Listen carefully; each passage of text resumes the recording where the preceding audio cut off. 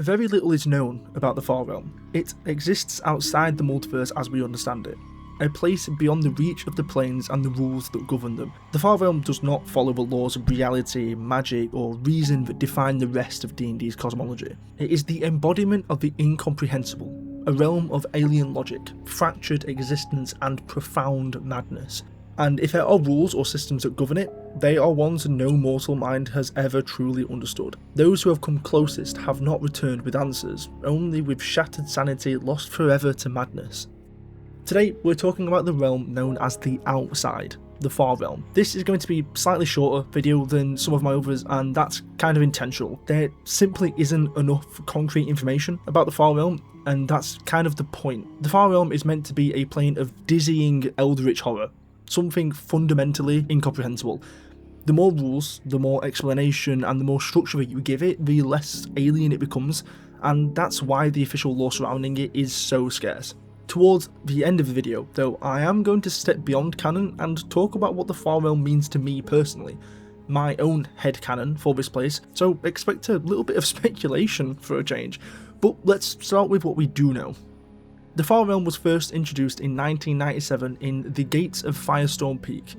In this adventure, a powerful band of elves constructed a gate designed to reach distant worlds, realities far beyond their own, stretching even past the far edges of the material plane. But in their pursuit of knowledge, they pushed too far.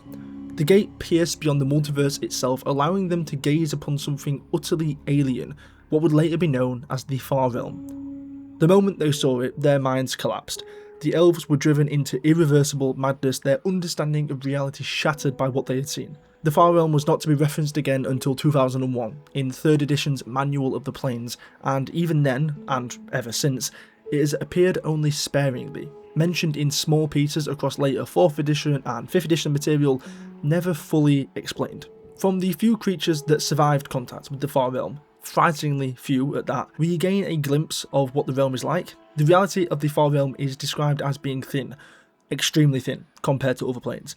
Some layers are said to be no thicker than an inch, while others can stretch up to a mile. These layers are also transparent, allowing one to see through several at once, and then each becoming increasingly distorted and difficult to perceive the further one looks and the more layers you're looking through at once. The realm itself is in a constant state of flux, forever shifting and reshaping. A creature gazing upon a tree drifting through the void might watch it transform into a table and chair, a puddle of water, or a solid stone rock, all within moments. Limbo is often described as the plane of pure chaos within D&D's cosmology, yet even Limbo can be influenced and shaped by sentient will. The Githzerai, for example, carved out stable fortresses within its ever-shifting matter. The Far Realm, however, allows for no such control.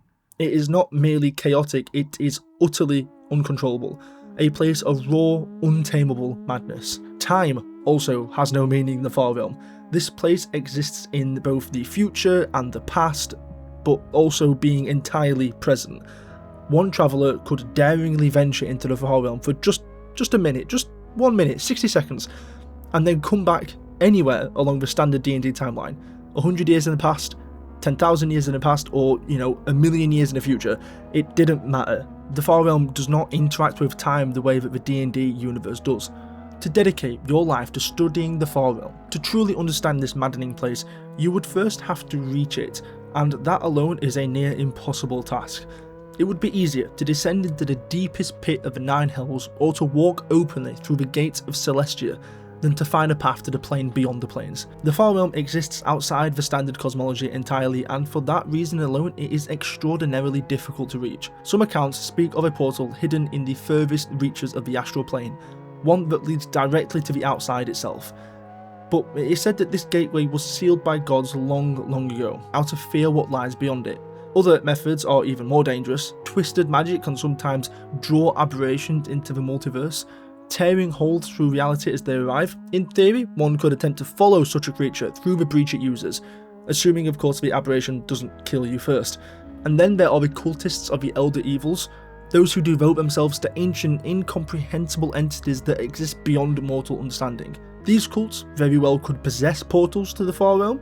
Whether they do or not is not very well known. There is a particularly good quote though from Mordenkainen's Tome of Foes that actually addresses the Far Realm directly, which I think is worth mentioning here, and it reads, quote, The cultists who blaspheme reality by calling out to elder evils often speak of a far realm from which these entities hail. In truth, there is no one place or space from which they come. There is the multiverse of things that are, and there is the multiverse of things that shouldn't be." End quote. Those who travel to the far realm are always changed by the experience, whether mentally, physically, or both.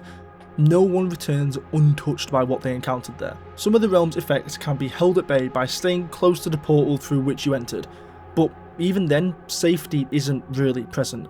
And for those who dare to venture deeper, the danger only grows. With every step away from the portal, reality becomes less and less familiar, and the traveller becomes more lost, until it is no longer clear whether they're exploring the far realm or being absorbed by it. But now, let's talk about these elder evils, because some of them are truly fascinating.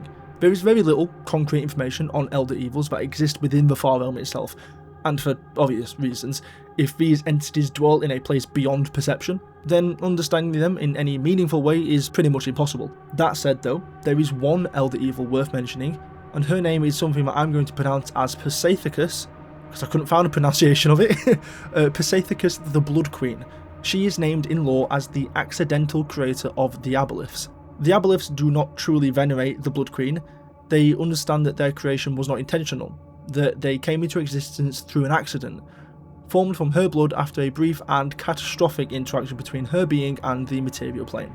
There are, however, other elder beings that exist outside of the far realm, entities that have crossed beyond it, and because they have interacted more directly with the universe, these beings can then be documented.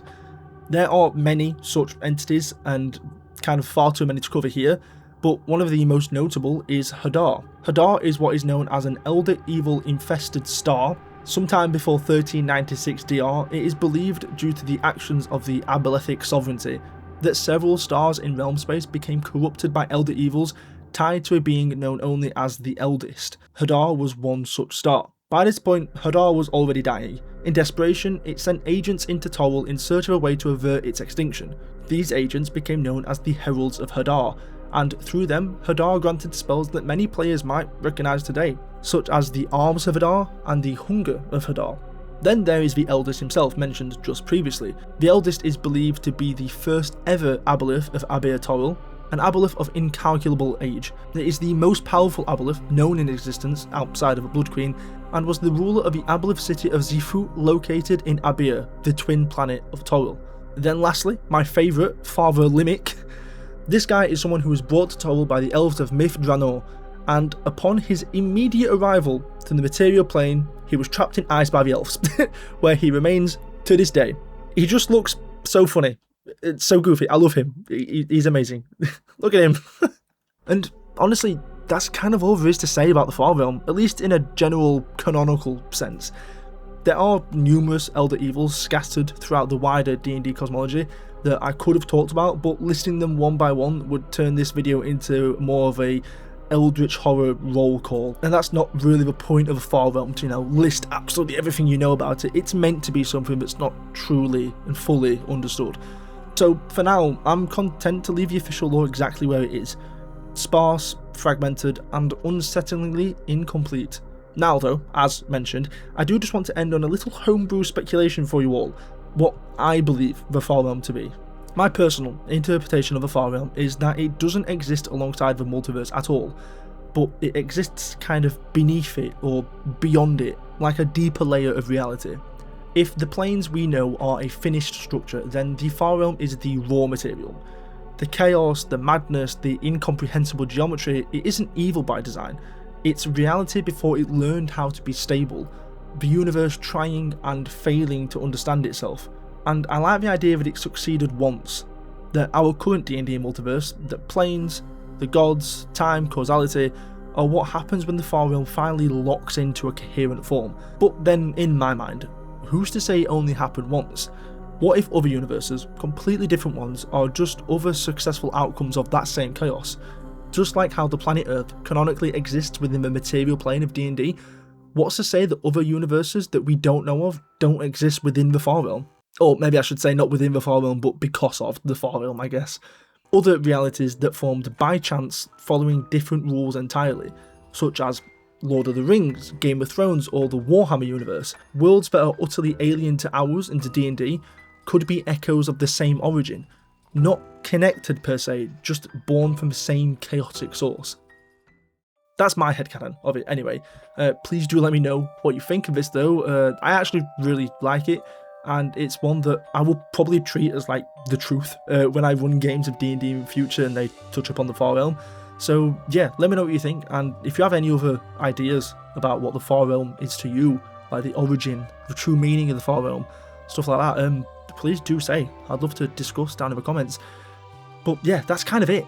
It's a short video. I believe that my next upload will be, you know, the standard 20 odd minutes like they usually are, but I did really just want to talk about the Far Realm because it is something that is so interesting. I've not read any Lovecraftian books, but the spawn of what H.P. Lovecraft made with his books, like the things he invented in those books, have always been so fascinating to me, and I really should sit down and read the books at some point. My housemate's really into them, so I really should. So it's always been an interesting topic to me, the Far Realm, so I just really wanted to touch upon it in the video. It's just a shame that it's, you know, not as fully fleshed out as perhaps I'd want it to be, but that's, you know, again, kind of a whole point, right? It becomes a lot less Eldritch Horror-esque if we have 20,000 pages of lore about it, so, you know, I understand it, to be honest. But anyway, I'm waffling on again. Thank you so much for watching, and I hope to see you guys in the next one. Take care.